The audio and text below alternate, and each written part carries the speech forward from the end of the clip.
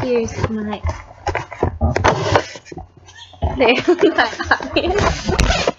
Okay, let me get this set up.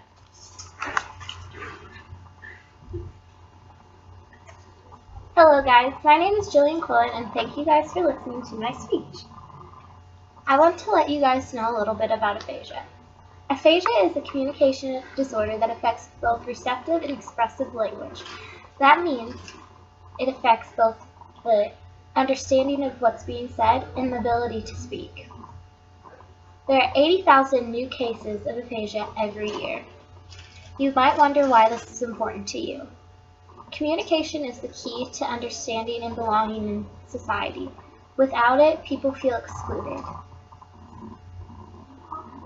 Also, there's going to be an increased number of aphasia in future years because of an aging population, better medical technology, and more infants graduating from the NICU.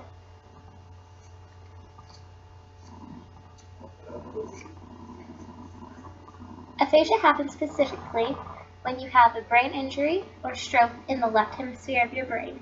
This is because language is located in the left hemisphere of your brain.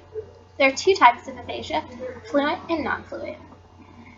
Fluent aphasia is called word keys aphasia, and it affects the temporal lobe of your brain. Your temporal lobe is where all your hearing is located.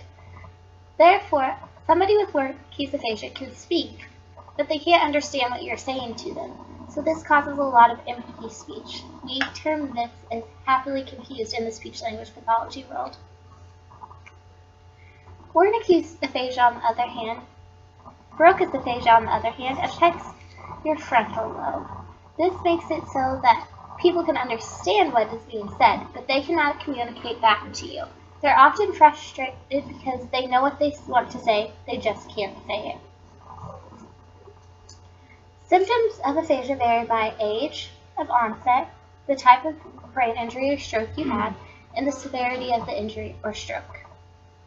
Some common symptoms are the inability to understand written language, so they think they're reading it, but they can't understand it. It looks like gibberish to them. Something that would appear like stuttering is called preservation, and also anomia. So they know what they want to say, but they can't think of the word they want to say. To help out and improve the world for people with aphasia, be their friend. Lots of people lose their friends after they are diagnosed with aphasia because it's hard to communicate them.